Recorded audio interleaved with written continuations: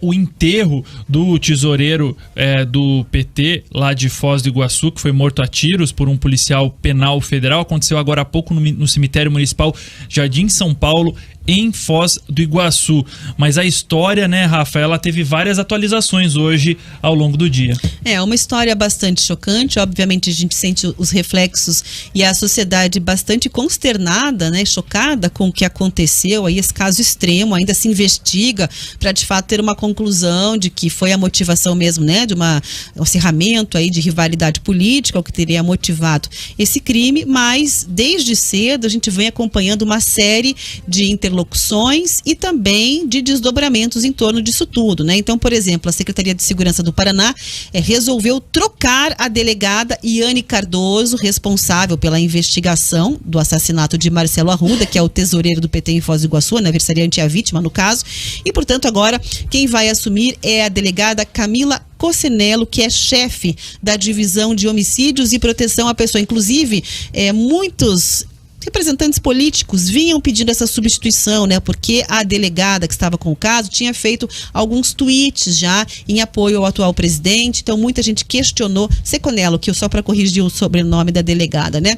Ela tinha feito vários tweets, a delegada original Iane Cardoso, em apoio ao atual presidente. Aí por isso houve um entendimento, e até porque teve uma cobrança do governador do Paraná para que haja uma investigação rápida, célere, com resultados, para que existisse essa troca. Escola. Bom, em nota, a Secretaria de Estado da Segurança Pública do Paraná afirma que a troca acontece porque a DHPP tem mais recursos e experiência para essa situação. O PT tem acusado Iane Cardoso de parcialidade por ter encontrado mensagens antipetistas nas redes sociais desta delegada. Ela tinha feito alguns tweets lá, justamente, falando que os petistas deveriam ser presos e tudo mais, por isso surgiram esses questionamentos. São tweets antigos, tá? Não são tweets recentes, não. Bom, a Justiça decretou ainda hoje a prisão preventiva do policial penal, que na verdade é um agente penitenciário, nome bonito aí para agente penitenciário, Jorge Guarunho. Ele que é o atirador, segue internado em estado grave, mas estável, e aí o Ministério Público acabou entrando, portanto, na investigação. Fez até uma entrevista coletiva hoje cedo para trazer essa informação da decretação da prisão preventiva, que é quando não tem prazo para sair. Por enquanto ele segue custodiado no hospital, né? Mas caso sobreviva, portanto, será preso sem tempo para ser liberado. Quem vai contar exatamente o que muda a partir de agora com essa investigação também do Ministério Público, reforçando o acompanhamento das apurações do que aconteceu de fato nessa festa de aniversário com o tema do PT, né? É o promotor de justiça Tiago Lisboa Mendonça. Vamos acompanhar o que ele disse. O que acontece agora é que o GAECO vai acompanhar de perto a investigação. Nós vamos acompanhar as oitivas, nós vamos acompanhar os depoimentos, nós vamos acompanhar as perícias. Então, isso é o que muda a partir da entrada do GAECO no caso. Olha, depois da troca de tiros, o policial penal caiu no chão e as câmeras de segurança do local mostraram que alguns dos convidados da festa ainda desferiram chutes na cabeça de Guaranho. Ele segue internado em estado grave devido a um trauma na região da cabeça e, segundo o promotor, ainda não é possível estabelecer se o que causou o trauma foram os tiros, a queda ou então os chutes. Mas os autores dessas agressões também serão investigados. Nós não temos ainda o laudo oficial, né, que indica, que aponta se as lesões provocadas no autor do fato no Jorge são decorrentes do disparo de arma de fogo ou desses chutes, muitos deles na cabeça. O que existe até agora é a informação de que ele teve um trauma na cabeça e esse é um dos motivos pelos quais ele está sedado e internado.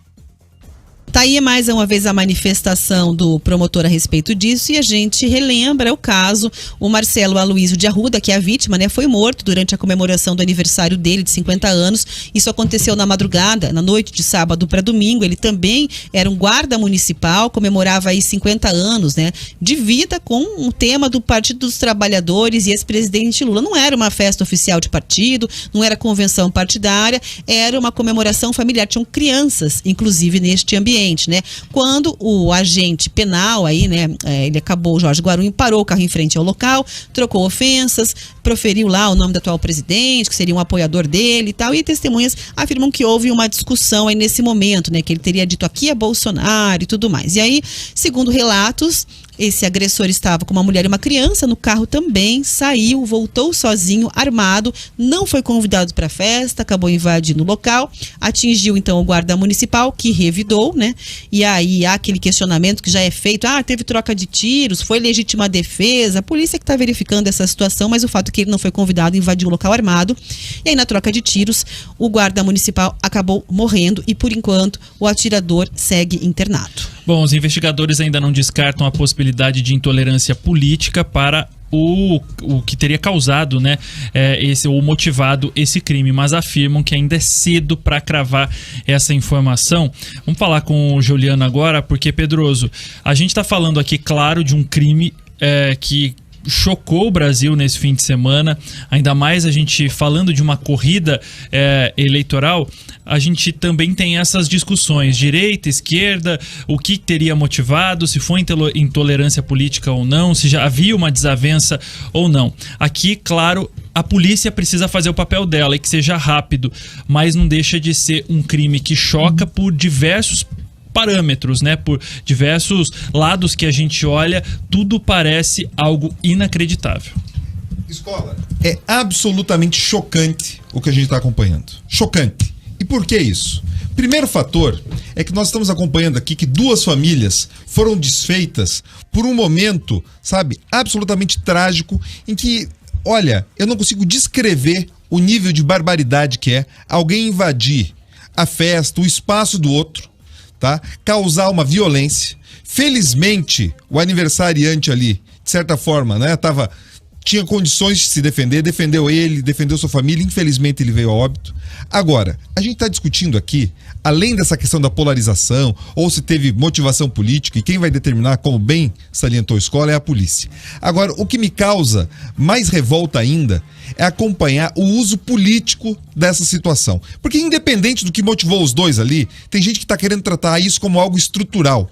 Sabe, eu que estudo sociologia, sou sociólogo de formação, para a gente identificar um fenômeno estrutural, você precisa de um tempo, de uma série de elementos, coletar dados e tudo mais. Agora eu vejo analistas políticos falando, olha, isso é estrutural, é uma violência que está disseminada em toda a sociedade. Para aí, tá? Não queira fazer do caixão dessa pessoa um palanque. E é o que a gente está vendo. É candidato a isso dando declaração, candidato a aquilo dando declaração, quando na verdade a gente deveria estar preocupado em como preservar, inclusive, a privacidade dessa família que está sofrendo uma tragédia de quem perdeu ali o pai e daquela outra família, escola. São 4 filhos, né? Exatamente. E da família do atirador também, porque querendo ou não, a família dele não tem responsabilidade nenhuma. Se naquele momento o que ele causou, sabe, ele tem responsabilidade. Espero que ele sobreviva, seja investigado, possa responder pelo seu ato. Agora a família não tem essa responsabilidade. Então quando você vê alguns políticos irresponsáveis fazendo isso, é muito triste. E tem um terceiro elemento, Rafa, que a gente acompanha nas redações dos melhores jornais do mundo, que é o seguinte, é sempre um cuidado com esse tipo de cobertura para evitar imitadores, tá? Você já deve ter acompanhado que alguns casos de sequestro, alguns casos de homicídio em escola, tem uma discussão muito grande nos Estados Unidos para evitar certos tipos de cobertura, às vezes até em divulgar o nome do atirador. Por quê? Muita gente faz isso querendo ficar famosa, faz querendo aparecer, quer brilhar. Então muitas vezes quando essas pessoas ficam atribuindo uma causa política, uma causa maior a essa situação, eles estimulam, na verdade, uma violência ao invés de estimular aí a causa da tolerância. Mas nesse caso nem deu certo, porque até o próprio ídolo, digamos assim, né, do atirador, diz que não quer esse tipo de apoio, que dispensa esse tipo de apoiador e não passou pano, falou, não quero apoiar, se você apoia assim, deixe de me apoiar, porque eu sou contra a violência de opositores. Ainda sugeriu que mudassem de lado, segundo ele, né? A gente vai trazer daqui a pouco os detalhes da manifestação. Perfeito. Essa posição do presidente, ela desestimula esse tipo de imitador. Agora, é isso que precisa ser feito. As pessoas precisam distensionar. Não transformar essa tragédia em um palanque político, sabe? Isso de ficar usando tragédia alheia para se promover é feio, escola. A lacração chama mais atenção do que, de fato, o fato que a gente está falando aqui. E não cabe a ninguém julgar, imaginar o que teria acontecido ou não. Agora é a polícia que precisa fazer o trabalho dela e também as famílias vão ter o tempo delas para aceitar, para entender tudo isso que aconteceu. E aí, depois da investigação, as pessoas, os brasileiros podem falar alguma coisa. Mas hoje, mais cedo, vocês comentavam, Rafa, sobre intolerância, né? No RN Dia Paraná, no RN Dia Curitiba. E te chamou a atenção algo do que foi falado pelos nossos ouvintes, pelas pessoas? Sim. Porque realmente, hoje em dia, você parece que não pode discutir ou falar com uma ideia contrária. Se eu acho que vermelho é isso e azul é aquilo, você tá contra o país, você tá contra tudo e todos. E não deveria ser assim, né? Deveria existir espaço para que todas as ideias pudessem complementar uma nova ideia, né? A gente concluiu o seguinte: ter convicção é muito bom, ter um ideal político é muito bom, encontrar um bom projeto que você acredita para o país e defender esse projeto, do que você acha que é o melhor, é muito bom. Mas a democracia também é feita da convivência com o contraditório. O contraditório, muitas vezes, seja qual governo for, tenta criar palanque político, factoides, sim, como muitas vezes os próprios governos fazem, não é verdade? Assim é a vida política. Porém, muitas vezes, a crítica tem um papel construtivo. Pode chamar a atenção daquele governante, alguma pauta levantada pela oposição de momento, para que ele melhore a sua gestão. Pensa uma pessoa cercada só por bajuladores, né? Como é que ela vai melhorar aquilo que ela vai fazer se está tudo ótimo sempre e é muito bom? Então a oposição, ela tem também o seu papel. Seja uma oposição de direita, seja uma oposição de esquerda, não importa. Mas é preciso que a gente respire um pouco e entenda que em ano eleitoral nós não vamos simplesmente conseguir aniquilar da terra quem pensa diferente. É preciso aprender a conviver com tranquilidade, calma, num espaço democrático com o contraditório. Pensa num microcosmo, né, Pedroso? O seu grupo de WhatsApp da família. Talvez você tenha aí pessoas que pensam e tenham múltiplas visões do que deveria ser o Brasil ou do que é o melhor projeto para o Brasil. E você consegue conviver com respeito. Não significa impor a sua ideia, nem que o outro imponha uma ideia para você. Mas significa respirar fundo, entender que as pessoas pensam diferentes e conviver de maneira civilizada. Porque a vida de um ser humano é algo que não merece ser, enfim, tirado, perdido, ou, enfim, numa situação como essa, em razão de um ideal político.